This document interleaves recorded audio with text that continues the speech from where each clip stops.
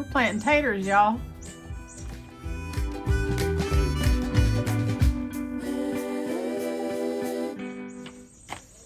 Hey, welcome back to Two Old Crows Homestead. Shelly here.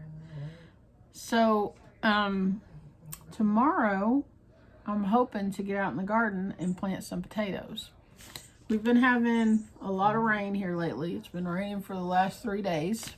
So I don't know if it's going to happen. It might not happen until Sunday, actually. But I want to get the potatoes ready. And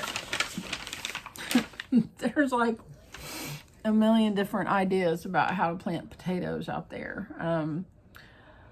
Some people do it, grow them in hay. Some people, a lady that I used to go to church with, she would just lay them on the ground out beside her garage and cover them with leaves that had fallen. And she actually grew potatoes all year long. Some people, bury them, which is what we're gonna end up doing. Some people grow them in baskets. Some people grow them in grow bags. There's all kinds of different methods. But all of the experiments that I've done with potatoes, I have the best luck just sticking them in the ground and growing them in the ground. So when I say that I'm going to get them ready, what I mean by that, my cat is like over here messing with my bag. Are you going to come get in the video? Are you going to come get in the video? Huh? Come here, Sassy. Let everybody see you. Oh, I know. She's being sassy. She's a sassy kitty. It's her is. She's a sassy kitty. Say hi. Leave the potatoes alone, chick. When I say that I'm getting them ready, what I mean by that is I have these big potatoes. So, there's a woman that lives in my community, and I've actually talked about her on other videos because later on, I want to say it was probably around June of last year, she actually posted a message on Facebook saying that she had potatoes left over and she was just giving them away to whoever wanted them. And we went and got some potatoes and planted them and did really well with them. But so this year I went and bought potatoes from her, and I'm probably going to go back and buy some tomato and pepper plants because I didn't start those early. And I haven't really perfected that growing in the house thing.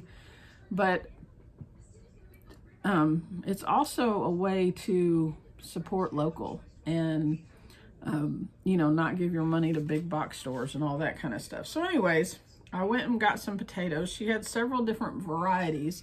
Last year we had really good luck with the Kennebec. And so that's what I got this year. But one of the things about planting potatoes is each one of these that is an eye that is coming out, you can cut this into chunks and make as many different starts, I guess, off of this and plant them in the ground. Each one that has an eye growing. Now I'm not going to, let's see, there's 1, 2, 3, 4, 5, 6, maybe 7 on here. I'm not going to cut this into 7 different chunks, but I am going to cut it into like 3. So let's see. I've got this one.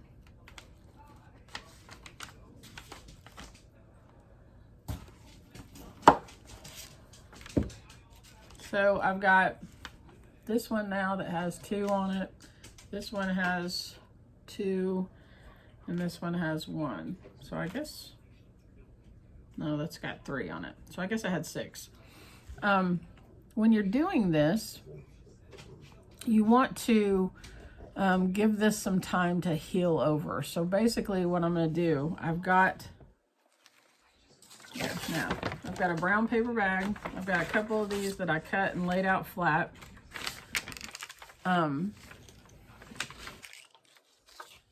And I'm just going to lay these out on the brown paper bag because it'll just absorb whatever moisture and turn my ceiling fan on, leave it on all night, and it's gonna basically scab over this open area of the potato.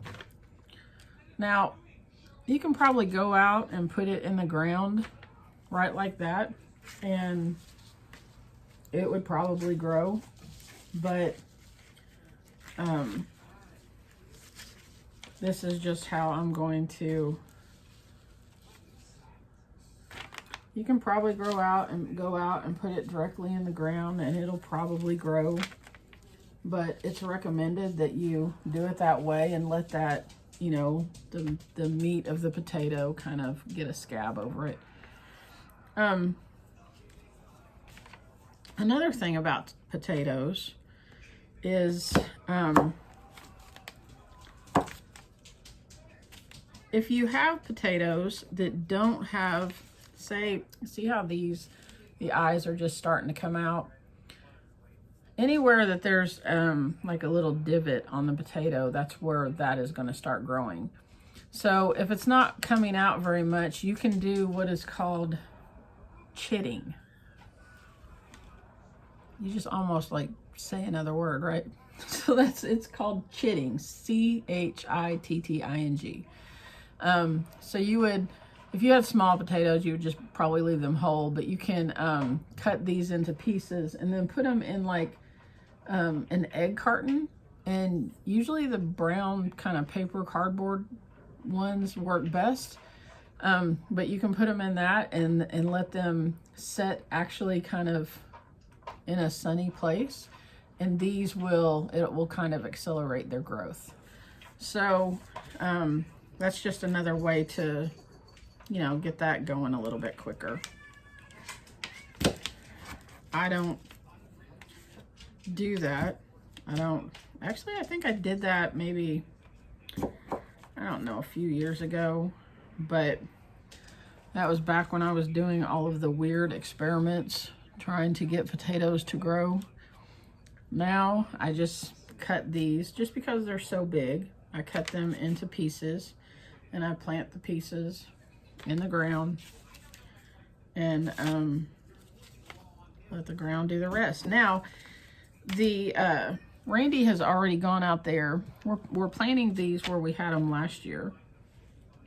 And Randy has already gone out there and tilled up that part of the garden. That is actually where we put the potatoes, is the only place that we have really tilled anything, because we grow most of the stuff that we have in our raised beds. But the reason that we do that is because potatoes need some room to grow, right? So you need to bust up the ground a little bit so they've got some room to grow in. But this year we got so many things going on this year. So we're getting ready to get some sheep from Jason over at Kentucky Sustainable Living. And Jason has hair sheep, which any of you all that, you know, raise sheep or deal with sheep, you know that hair sheep are sheep that are not wool sheep. So you have two different kinds, wool sheep and hair sheep. And of course, wool sheep produce wool, hair sheep do not. Hair sheep are for meat. So we've got some, there's no eyes on that one. We've got some lambs over there. He actually ended up with a bunch of lambs. This one's huge. He ended up with a bunch of lambs this year. I think all of his ewes had twins, if I'm not mistaken. Maybe one of them didn't. So we're gonna get some ewes from him, and we've got a well, the guy that we got it from called it a goat house, just like this little shelter that he had been goat sitting for a friend of his, and he didn't, the friend came and got the goats and stuff, and they had built this shelter for them brand new, and he didn't need it and the person wasn't taking it because she was moving out of state. So he sold it to me. We went over and got it, and he sold it to me for a really good price. We went over and got it. It's actually still in pieces on our trailer, and we're going to put it together for the sheep. And then a guy that lives around the corner from us that way, he's going to come over and bush hog our field because it is just an overgrown mess of weeds. And so I wanted to bush hog it and then, you know, get some things growing. And my hope is that when we get the sheep out here, then they will, they usually do a pretty good job of repairing, because we have all these weeds because our soil is just not in great shape. So hopefully putting the sheep out on that will help to begin to repair that. And he's also going to a place that's kind of up close to the road between us and the food forest. He's going to lightly disc that, and we're going to plant, I don't know, maybe like a ½ acre of pumpkins. I have all kinds of pumpkin seed left over from the pumpkins that we got last year, from that pumpkin patch. And so I'm going to grow a bunch of pumpkins for our pigs.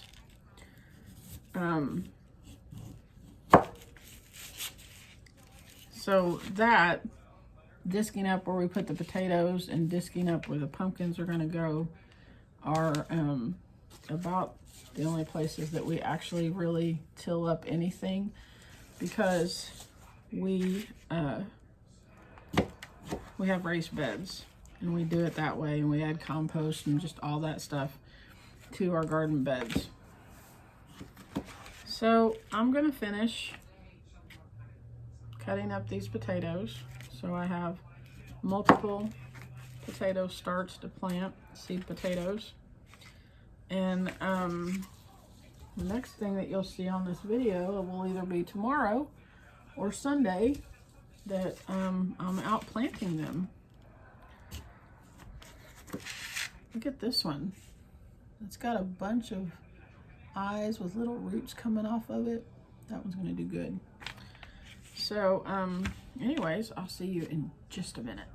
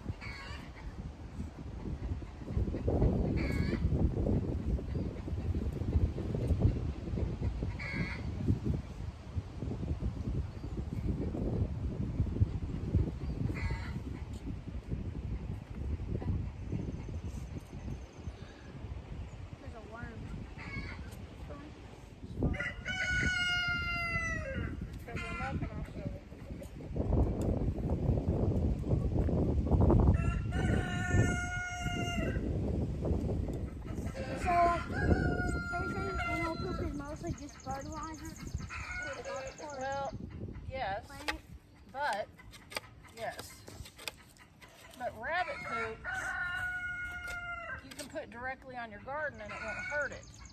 If you put other animal poop directly on your garden, it'll burn it up. So you gotta let it decompose before you do that. I was wondering what this stuff was. After it decomposes, you can use it, but you gotta let it decompose first. Or compost, I guess. Sit down. Randy is over there putting the post in to hang my fence gate. I got this, I got a white, you can kind of see it right there. Right there. I got a white gate at the auction, not the Amish auction, but the other one that we go to. And, gosh, it might have been last summer when I actually got it. It was me and Crystal had gone, and I think I got it for like $3 or something like that. It already has hinges on it. And I thought that would be cute to put in the entryway to the garden. So he is over there setting posts and getting that installed for me. So Jackson and I got 6 rows of potatoes. There's about, I don't know, anywhere between 7 and 10 potatoes in each row. And I still have about half a bucket full of those potatoes. So I think what I'm gonna do is stagger my harvest. So this whole area over here where we had sweet potatoes last year, I think I'm gonna leave that. And a month from now, I'm gonna come back and do what we did here over there. That way, when we harvest these, a month later, we'll have more potatoes. Pretty sure that's what I'm gonna do. Jackson's over there in the raised bed shoveling soil into that Gorilla cart. And he's gonna bring that back over here and put it in the tomato bed. I'm gonna get that bed emptied out, and then hopefully it won't fall apart, because it's like 3 or 4 years old. Crystal and I built it the first year that we were here, and I want to put it right here in this space. We'll see if that happens or not. I might have to end up leaving it there and just using it for something else. But he's gonna empty it out and bring that soil over here so we can build this soil up for our tomatoes, because that soil that's over there is rich. It's nice. And I'm gonna work on getting the grass out of the asparagus bed. Ouch. Kind of wish I hadn't planted asparagus here, but again, just like the Jerusalem artichokes, I was just anxious to get them in the ground because I had to have some place to put them, and I couldn't decide where I wanted them to go, so here they are. But there's 2 giant asparagus growing right there, and there is more in there, but my dogs got in here and broke them off, so hence is why we're putting the gate up down here. But yeah, I'm gonna try to get all this grass out. And just a gardening tip from someone who has no idea what they're doing: don't put hay don't put hay in your garden bed, because this is what you get.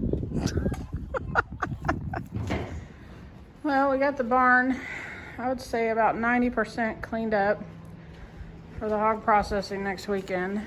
We're gonna have to come in a couple days before and power wash the floor, because I'm sure these guys will come back in here and crap everywhere. But we've not figured out how to get them to go into the coop right there. I don't understand, y'all. I really don't. What's the problem? All the roosters go in there. They don't have any issues. It's the hens that don't want to go in there. They're the ones that get all bent out of shape and want to hang out in the garage. It's probably because all y'all roosters are jerks. And, you know, it's getting time for y'all to go to freezer camp. So, yeah. So this is my garden gate that Randy installed. Oh my God, I love it. And that round chicken thing, I got that at an auction a while back, because I knew, it was after I bought the gate, And I knew when I bought the gate, when I saw that, I was like, oh my gosh, that's going to hang on my gate. So I've just got to get some hangers to hang it on there, but that will be on the gate. Oh my gosh. He did such a good job. I'm so pleased. Thank you, Randy. So anyway, to end this video, I wanted to show you this thing here is tore up because we have American breasty chicks hatching out. So there's the first one, and there's one right here, right there. That one's starting to crack, and she's about to lose her mind because they're making noise, or that one's making noise. Whew, I'm a hot mess. I've been working outside all day. And I'm gonna tell you what, Jackson. Hey Jackson, stand up. What? Stand up. Jackson right there. See Jackson? Woohoo. Shout out to Jackson because he hauled 2 gorilla cart loads of dirt over to the garden or the bed that we're putting our tomatoes in. And he also planted a whole roll of potatoes all by himself, and healed them up and everything. So he's been hanging out with us here today. So the American breasty chicks, they belong to Mike and Jeanette. And they purchased them from my friend Patty.